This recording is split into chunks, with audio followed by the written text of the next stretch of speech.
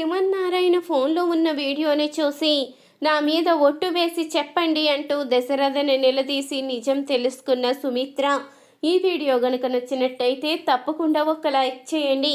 జోష్న అయితే ఇక దీపను బెదిరిస్తూ ఉంటుంది. ఇది నా జీవితం, నా జీవితంలోకి నువ్వు రాకముందో నా అంత అదృష్టవంతురాలు ఉండదు అంటూ మురిసిపోయేదాన్ని. నువ్వు ఎప్పుడైతే వచ్చావో అప్పుడే నా జీవితం తలకిందులైపోయింది. అక్కడికి ఆ ఇంటి వారసురాలివి నువ్వే, ఇటు నేను ప్రేమించిన బావని దక్కించుకున్నది నువ్వే. నాకు ఎంత అన్యాయం జరిగిందో నీకు చూస్తుంటే తెలియడం లేదా? నువ్వు ఆ ఇంటికి వారసురాలుగా ఉండడానికి వీల్లేదు, అలాగే బావకి భార్యగా ఉండడానికి వీల్లేదు. ఈ రెండు నాకే సొంతం అవ్వాలి. చిన్నప్పటి నుంచి బావే నా భర్త అని ఎంతగానో మురిసిపోయాను. అందరూ కూడా నీ మొగుడు వాడే అంటూ పరిచయం చేస్తూ ఉంటే నేను ఎంతగానో సంతోషపడ్డాను. నా దృష్టిలో బావని తప్ప ఇక వేరెవ్వరినీ కూడా నేను ఎప్పుడూ ఊహించుకోలేదు. అలాంటిది నా బావని నువ్వు ఎగరేసుకుపోతే నేనెలా చూస్తూ ఊరుకుంటాను దీపా? నా ప్లేస్లో నువ్వున్నా నీకు ఖచ్చితంగా కోపం వస్తుంది.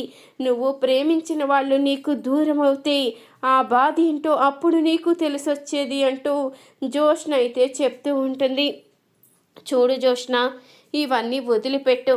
ఇప్పుడు నేను వచ్చి ఆ ఇంటి వారసురాలని చెప్పి ఆస్తి మొత్తం నాకు రాయమని నేనేమీ అడగడం లేదు కదా. నా తల్లి తండ్రి సంతోషంగా ఉండడమే నాకు కావాలి. నువ్వు ఆ ఇంటి మహారాణిలాగే ఉండు, నేనేమి కాదనడం లేదు. అలాగని నువ్వు మనసులో పంతాలు కోపాలు పెంచుకొని అందరికీ నష్టం చెయ్యాలని చూస్తే మాత్రం ఊరుకునేదే లేదు. ముఖ్యంగా అమ్మ, నాన్న, తాతయ్య ఈ ముగ్గురు క్షేమంగా ఉన్నంత వరకే నువ్వు కూడా క్షేమంగా ఉంటావు, లేకపోతే నా చేతిలో చేస్తావు అంటూ దీప్ అయితే వార్నింగ్ ఇస్తుంది.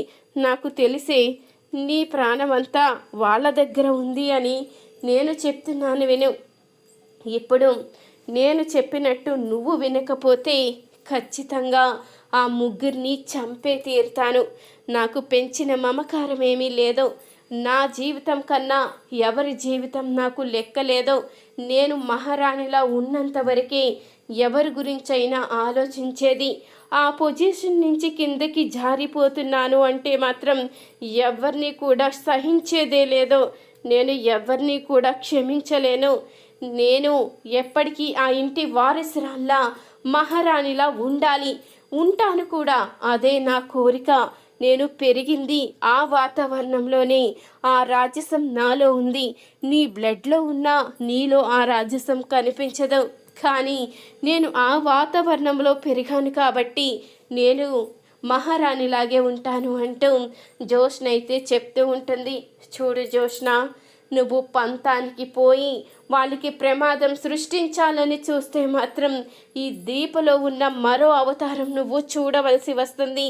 ఇప్పటికన్నా ఇంకా ఎక్కువగా నీకు శిక్ష అంటే ఏంటో తెలిసి ఎలా చేస్తాను అంటూ ఇక చెప్తూ ఉంటుంది దీప. చూడు, నువ్వు నన్ను ఏమి చెయ్యలేవు అంటూ కోపంగా వెళ్ళిపోతుంది జోష్న. ఇంతలో ఇక దీప్ అయితే ఏంటి బావ ఇదంతా? ఈ జోష్నని చూస్తూ ఉంటే చాలా భయంగా ఉంది. అమ్మ, నాన్నకి, తాతయ్యకి ఎక్కడ ప్రమాదం తలపెడుతుందో అని భయం వేస్తుంది. ఆ భయంతోనే కదా ఇన్ని రోజులు నేను ఆ ఇంటి వారసురాలనైనా ఆ నిజాన్ని బయట పెట్టలేదు. ఇప్పటి వరకు కూడా ఈ నిజాన్ని తెలియకుండా దాచుకుంటూ వచ్చాము. ఇప్పుడేమో ఇది చంపేస్తాను, అది చేస్తాను, ఇది చేస్తాను అంటుంది. ఏం చెయ్యాలో అర్థం కావడం లేదు బావా అంటూ అనంగానే, చూడు దీప, నువ్వే మా సుమిత్ర అత్తయ్య కన్న కూతురని నిజాన్ని బయట పెట్టకుండా తప్పు చేశామేమని ఇప్పుడు అనిపిస్తుంది. ఇప్పుడు ఈ జ్యోత్స్న శ్రేష్టలు పరాకాష్ఠకి చేరాయి. ఇప్పుడు తను ఒక సైకోలా తయారైంది. ఆస్తి తనకే దక్కాలి, నేను తనకే దక్కాలన్న ఆలోచనలో ఉంది. తనకి ఎవరు అడ్డొచ్చినా చూసే ప్రసక్తి కూడా కనిపించడం లేదు. అందుకని ఆలోచిస్తున్నాను అంటూ కార్తీక్ అయితే చెప్తూ ఉంటాడు. ఇంతలో ఈ మాటలన్నీ విన్న శివన్నారాయణ అయితే ఇక ఆ వీడియోనైతే తీసుకువెళ్ళి సుమిత్ర దగ్గర అయితే బయట పెడతాడు. అమ్మా, ఈరోజు నేను నీ దగ్గర ఒక నిజాన్ని బయట పెట్టబోతున్నాను. నువ్వు ఇది ఒకసారి చూడమ్మా అంటూ శ్రీమన్నారాయణ అయితే తన ఫోన్లో ఉన్న వీడియోను సుమిత్రకు అయితే చూపిస్తాడు. ఆ వీడియో చూసిన సుమిత్ర ఒక్కసారిగా షాక్ అవుతుంది. దీప జ్యోత్స్న మాటలు విని ఈ నిజం విని నేనే తట్టుకోలేకపోయానమ్మా, నీకు చెప్పకూడదని అనుకున్నాను. కార్తీక్ మాటల ద్వారా నాకు అర్థమైంది ఏంటి అంటే ఇప్పటి వరకు వాళ్ళకి నిజం తెలిసి నీతో కానీ నాతో కానీ చెప్పకపోవడం. ఈ విషయం దశరథకి కూడా తెలుసు. అందుకని వాడు దీప ఇంటి పని మనిషి కాదు, ఈ ఇంటి వారసురాలు, ఈ ఇంటికి కన్న బిడ్డ లాంటిది అంటూ వాడు ఏవేవో చెప్పుకుంటూ వచ్చాడు తప్ప మన దగ్గర నిజాన్ని బయట పెట్టలేదు.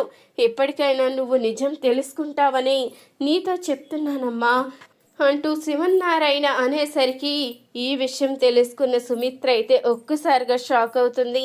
వెళ్ళి దశరథని నిలదీయి, నేను అడిగితే వాడు ఎలాగో నిజం చెప్పడు, నువ్వు అడిగితే ఖచ్చితంగా నిజం చెప్తాడు, వెళ్ళి నిలదీయమ్మా, ఈ ఇంటి వారసురాలెవరో తెలుసుకో, నీ దగ్గర ఈ నిజాన్ని ఎందుకు దాచిపెట్టవలసి వచ్చిందో తెలుసుకో అంటూ ఇక శివన్నారాయణ అయితే అనేసరికి ఇప్పుడే తెలుసుకుంటాను మావయ్య, ఇప్పుడే ఆయన్ని నిలదీస్తాను అంటూ సుమిత్ర అయితే కోపంగా పైకి వెళ్తుంది. ఇంతలో దశరథ అయితే ఆలోచిస్తూ ఉంటాడు.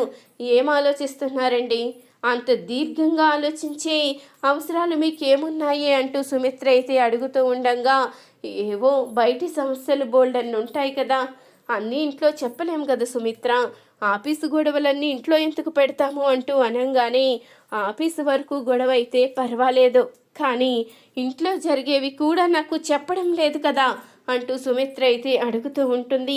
ఏం మాట్లాడుతున్నావు సుమిత్ర అంటూ అడుగుతూ ఉండగా, ఏం మాట్లాడుతున్నానా, ముందు మీరు నా మీద ఒట్టు వేసి నిజం చెప్పండి, నా కన్న కూతురు ఎవరు అంటూ నిలదీస్తూ ఉంటుంది సుమిత్ర. ఏంటి సుమిత్ర కొత్తగా అడుగుతున్నావేంటి, నీ కన్న కూతురు జోష్నే కదా, ఈరోజు ఏమైంది నీకు అంటూ అడుగుతూ ఉంటాడు. దశరథ అయితే ఏమైందా, నిజం తెలుసుకున్నాను, నా కన్న కూతురు ఎవరో అర్థమైంది, కానీ మీ నోటితోనే నేను నిజం తెలుసుకోవాలి అనుకుంటున్నాను, దయచేసి నా మీద ఒట్టు వేసి నిజం చెప్పండి అంటూ నిలదీసేసరికి అప్పుడే దశరథ అయితే అంటూ ఉంటాడు, నీ కన్న కూతురు మన కన్న బిడ్డ దీప అంటూ అనగానే, మరి ఇన్ని రోజులు ఈ విషయాన్ని ఎందుకు చెప్పలేదు, ఎందుకు నన్ను మోసం చేశారు అంటే నాకు బోన్ మేరో ఇచ్చింది కూడా దీపే అన్నమాట అంటూ అడుగుతూ ఉంటుంది. సుమిత్ర అయితే అవును, నీకు బోన్ మేరో ఇవ్వడానికి తను ఎంత కష్టపడిందో నీకు తెలుసా, నీకు బోన్ మేరో ఇస్తే తన కడుపులో బిడ్డ బ్రతకదని డాక్టర్ చెప్పినా అదేది పట్టించుకోకుండా నా తల్లి ప్రాణాలే నాకు ముఖ్యమంటూ తను చాలా సాహసం చేసింది అంటూ ఇక దశరథ అయితే జరిగింది మొత్తం చెప్తాడు. ఇన్ని రోజులు నా కన్న కూతుర్ని ఈ ఇంటి పని మనిషిగా చూసి నా కూతురు విషయంలో తప్పులు చేస్తుంది అంటూ తనని ఎంతగానో నిందించి తనని ఎంతగానో బాధ పెట్టాను, ఇప్పుడు నా మొహం దీపకి ఎలా చూపించగలను అంటూ అడుగుతూ ఉంటుంది సుమిత్ర అయితే. నా కన్న బిడ్డని కళ్ళ ముందే పెట్టుకుని తెలుసుకోలేకపోయిన మూర్ఖురాన్ని నేను. కన్న బిడ్డ పొత్తిళ్ళులో పెరిగినప్పుడు ఆ ప్రేమకి ఆ తల్లి ఎంతగానో మురిసిపోతుంది, కానీ నా పొత్తిళ్ళు నుంచి నా బిడ్డని దూరం చేసి పరాయి బిడ్డను నా దగ్గర పెట్టారు. నేను అది కూడా తెలుసుకోలేక గుడ్డిదాల్లా ప్రవర్తించాను. నా కోసం ఇంత త్యాగం చేసిన నా కూతురికి నేను ఏమిచ్చి రుణం తీర్చుకోవాలి? ఇన్ని సంవత్సరాలు కన్న కూతురుగా ప్రాణంగా పెంచిన జోష్నని దూరం చేసుకోవాలా? నా కన్న కూతురని తెలిసిన దీపని దగ్గర చేసుకుని జోష్నని దూరం చేసుకోవాలా? ఏం చెయ్యాలో అర్థం కావడం లేదు అంటూ ఇక ఎంతగానో కుమిలిపోతూ ఉంటుంది సుమిత్ర అయితే. ఇంతలో ఇక అప్పుడే చెప్తూ ఉంటాడు దశరథ, జోష్నను అనుకున్నంత అమాయకురాలు కాదు, తను దీపనే చంపాలని చూసింది, నన్ను చంపాలని చూసింది కూడా జోష్నే అంటూ అన్ని నిజాలు చెప్పంగానే సుమిత్ర ఒక్కసారిగా షాక్ అవుతుంది. ఏంటి మీరనేది? జోష్న ఇంత నీచానికి దిగజారిందా? తను మిమ్మల్ని దీపని చంపాలని చూసిందా? అసలు నేను నమ్మలేకపోతున్నానండి, జోష్న ఇలాంటిదంటే అంటూ ఇక సుమిత్ర అంటూ ఉండగా, జోష్న మమ్మల్ని ఏంటి, తన కన్న తండ్రినే చంపాలని చూసింది అంటూ దశరథ అయితే ఇక సుమిత్ర దగ్గర జోష్న నిజ స్వరూపాన్ని మొత్తం అయితే బయట పెట్టేస్తాడు. ఈ వీడియో కనుక నచ్చినట్టయితే తప్పకుండా ఒక లైక్ చేయండి. మీరిచ్చే ఒక చిన్న లైక్ మా ఛానల్కి ఎంతో సపోర్ట్నిస్తుంది.